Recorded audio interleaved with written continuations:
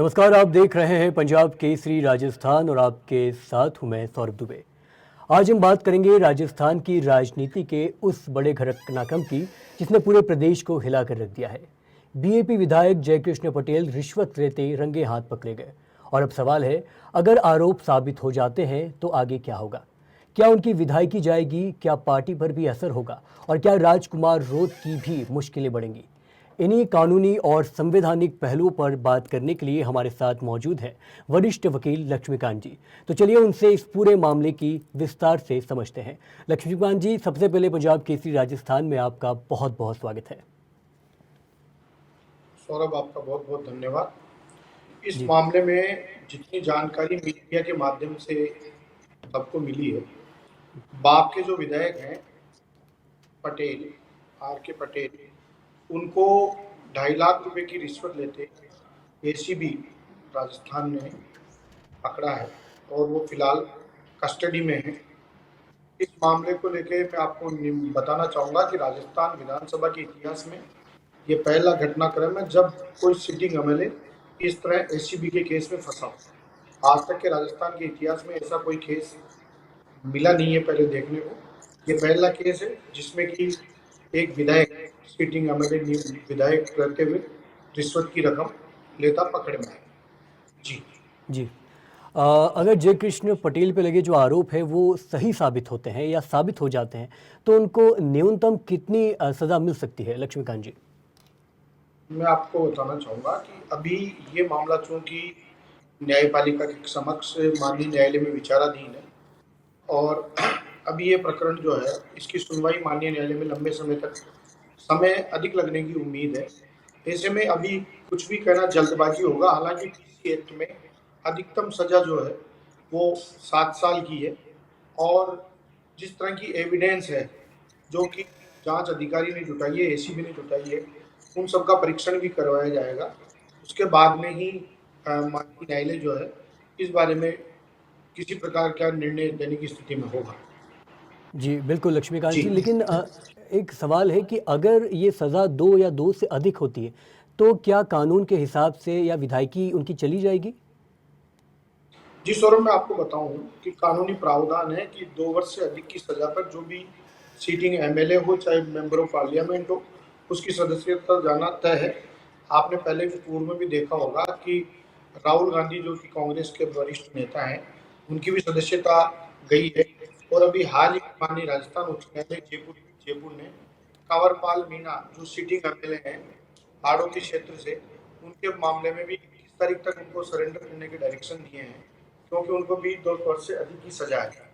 इस मामले में उनको सुप्रीम कोर्ट तक से भी राहत नहीं मिली है और अल्टीमेटली चूंकि विधि विशेषज्ञों से विधानसभा स्पीकर साहब हैं वो परामर्श कर रहे हैं, राज्य के महाधिवक्ता वगैरह से परामर्श कर रहे हैं, तो उनकी भी सदस्यता जाना तय है क्योंकि जिनको 2 वर्ष से अधिक की सजा है उनको जो कानूनन जो स्थिति है उसके अनुसार इनकी अगर आर के पटेल जो ये एमएलए हैं एसीबी के प्रकरण में फंसे हुए, अगर इनका भी सजा होती है इनको 2 वर्ष से अधिक की तो इनकी भी सदस्यता जाना तय है। जी, तो क्या इसका प्रभाव भारत आदिवासी पार्टी या उस पार्टी से जिसे विधायक बनकर चुनकर आते हैं उस पर भी पड़ेगा? पार्टी पे वैसे कोई संवैधानिक तरीके से तो कोई दुष्प्रभाव नहीं पड़ेगा, किंतु लोकप्रियता में कमी और जिस क्षेत्र से वो आते हैं वांगड़ एरिया से, वहां पर इसकी लोकप्रियता में हो सकता है कोई फर्क पड़े क्योंकि जो राजकुमार रोत जो इसके प्रेसिडेंट है, ये सब कुछ उनकी छवि पे और उनकी कार्यशैली पे डिपेंड करता है कि पार्टी कहाँ तक जाती है। जी। जी एक और सवाल मैं पूछना चाह रहा था कि एसीबी ने इस पूरी कार्रवाई से पहले जो विधानसभा के अध्यक्ष हैं उनकी अनुमति क्यों लेनी चाहिए?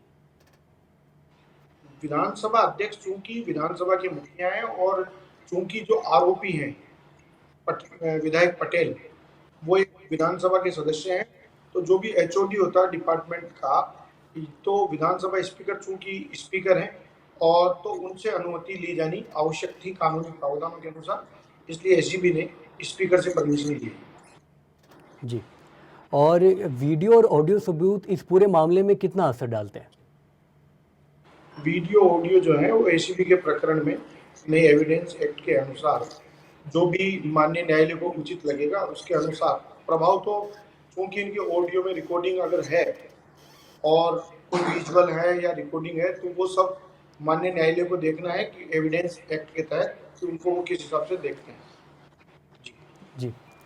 तो एक और चीज़ मैं समझना चाह रहा था कि जय कृष्ण पटेल अपने बचाव के लिए क्या कुछ कर सकते हैं, किस तरह के सबूत पेश कर सकते हैं और वो किस तरह की मतलब प्रोसीडिंग करेंगे अपने आगे? जी, मैं आपको बताऊं कि जो विधायक पटेल है, उनको अभी तो अधीनस्थ अदालत में जमानत याचिका मूव करनी पड़ेगी।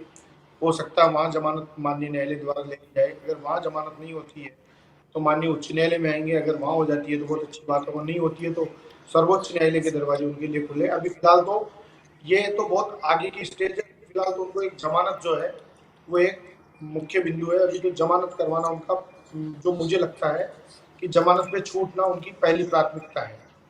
जी। और एक आखिरी सवाल होगा इस पूरे साक्षात्कार का, जो हमारे जो दर्शक हैं वो काफ़ी ज़्यादा पूछ रहे हैं और उन्होंने काफ़ी हमसे डिमांड की है कि आपसे भी वो सवाल पूछा जाए। सवाल सिर्फ इतना है कि जो राजकुमार रोत हो गए या बीएपी पार्टी होगी, वो लगातार जय कृष्ण पटेल को बचाने की, उनको दोषों से रहित करवाने का पूरा प्रयास कर रही है। ऐसे में अगर इस वक्त में जय कृष्ण पटेल दोषी पाए जाते हैं तो राजकुमार रोत पर क्या असर पड़ेगा? क्या किसी तरह की कानूनी कार्रवाई या किसी झांसे में वो भी फंस सकते हैं राजकुमार रोत? अभी ये कहना कुछ भी जल्दबाजी होगा, क्योंकि मैं राजनीतिक व्यक्ति तो हूँ नहीं। अब राजनीतिक रूप से उसके क्या आधार हैं, जन आधार हैं, उसके क्या इम्पैक्ट हैं, ये तो मैं नहीं बता सकता।